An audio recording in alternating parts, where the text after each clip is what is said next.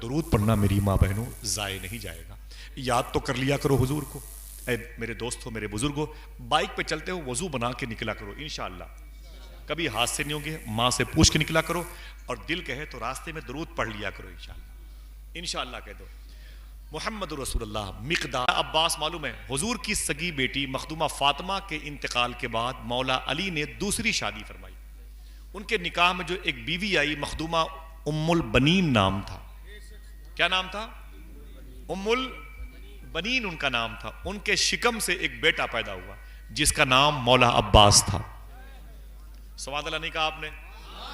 जिनका नाम मौला अब्बास था, जिनका नाम मौला अब्बास था। उनकी एक बहन थी, उसका नाम था खदीजा।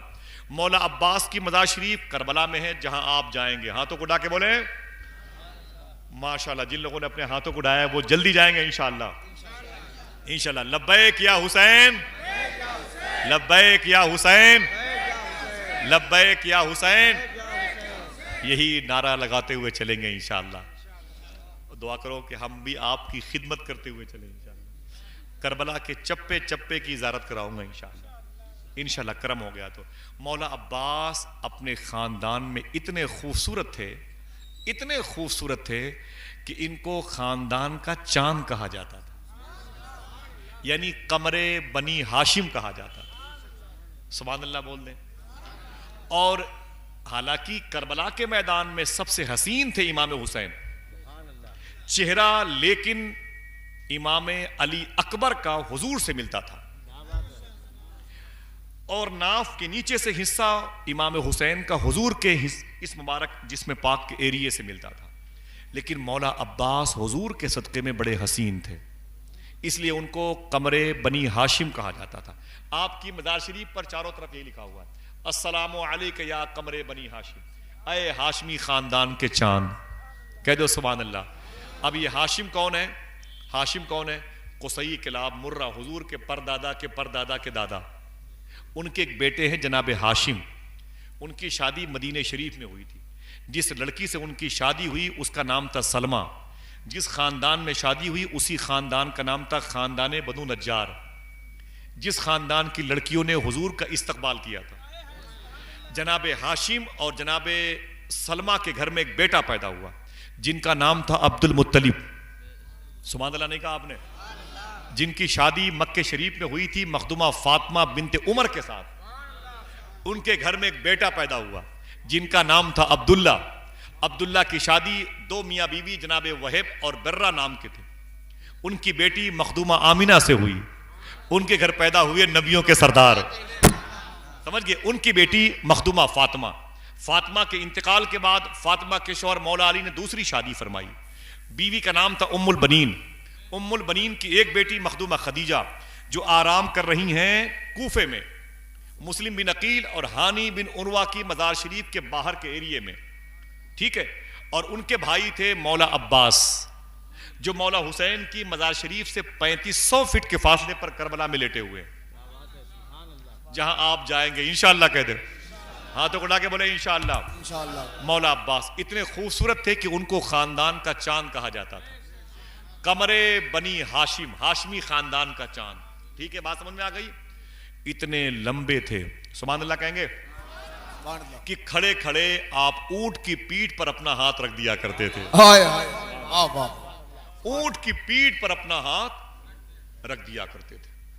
और बता दूं कितने बहादुर थे, बता दूं इतने बहादुर थे कि खड़े खड़े अपने पैर के अंगूठे से पत्थर पे दुश्मन का नाम लिख दिया करते थे। अल्लाह अल्लाह अल्लाह। मौला अब्बास, अल्लाह अकबर अल्लाह। मौला अब्बास, माँ उम्मुल बनीन, सुभान अल्लाह। लेकिन मेरे भाई ने शायद इसी की तरफ इशारा किया था।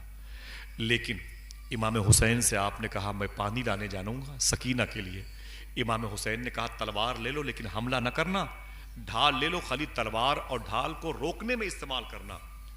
तकरीबन मालूम है आप जब ढाल और तलवार और मशकीज़ा लेके दरियाए फुरात के करीब गए थे ना पानी भरने के लिए, तो इन पर जो यजीदी हमला कर रहे थे, आप सिर्फ हमला रोक रहे थे तो रोकने में 400 यजीदी मरे थे। अल्लाह, अरे बाबा बाबा बाबा, सुभान अल्लाह, सुभान अल्लाह। रोकने में 400 यजीदी मरे थे, समझ रहे आप? रोकने में। और अगर हमला करते तो समझ रहे हैं आप? सुभान अल्लाह। वाकई अकीदा तो ये होना चाहिए, अगर हमला करते तो, समझे? अगर ये वार रोकने में ये आलम था, लेकिन मखदूमा सकीना, मखदूमा ज़ैनब, इमाम ज़ैनुल आबदीन जब करबला से कूफा, कूफा से दमिश्क 850 किलोमीटर, वहां से वापस मदीना वाया करबला होके आए थे ना। जो एक रवायत में है कि मदीना शरीफ ये काफिला पहुंचा ना, तो मखदूमा ज़ैनब और सकीना कब्रों के पास जा रही थी, कब्रों के पास। मैं नक्शा बता दूं करबला का। 2 कब्रें हैं, एक कब्र में मौला हुसैन है, उनके दाएं तरफ मौला अली अकबर हैं, उनके बाएं तरफ 6 महीने के अली असगर है। ये बाएं तरफ क्यों है? इसलिए कि दिल को दिल के पास रखा गया है। करीब में 6 फीट के फासले पर एक कब्र है जिसमें तकरीबन 65 लोग एक ही कब्र में दफन है। उनके हाथ पांव, उनके जिस्म को शहीद किया गया, उनकी लाशें मसल दी गई थी, उनके जिस्म की टुकड़े टुकड़े बोटियां की गई थी यजीदियों में। एक कब्र में 65 लोग दफन किए गए। 65 3 कितने हुए? ऊंची तकरीबन 15 फीट के फासले पर एक कब्र है जिसमें हजरत हबीब इब्न मजाहिल लेटे हुए, सबसे बूढ़े सहाबी थे। सुभान अल्लाह, सबसे बूढ़े सहाबी थे। कौन थे ये? मदीने शरीफ में हुजूर ने बहुत सारे बच्चों में से एक बच्चे को बुलाया, बोले बेटे जरा। हुजूर ने उसके सर पर हाथ फेरा, उसकी पेशानी चूमी, दुआ दी, कहा जाओ। सहाबा ने कहा हुजूर बच्चे बहुत से थे, तो एक बच्चे से आपने क्यों मोहब्बत की? मेरे आका फरमाते हैं वजह यह है कि एक दिन इसी मदीने में मेरा हुसैन दौड़ रहा था और यही बच्चा मेरे हुसैन के कदम की मिट्टी उठा उठा के चूम रहा था।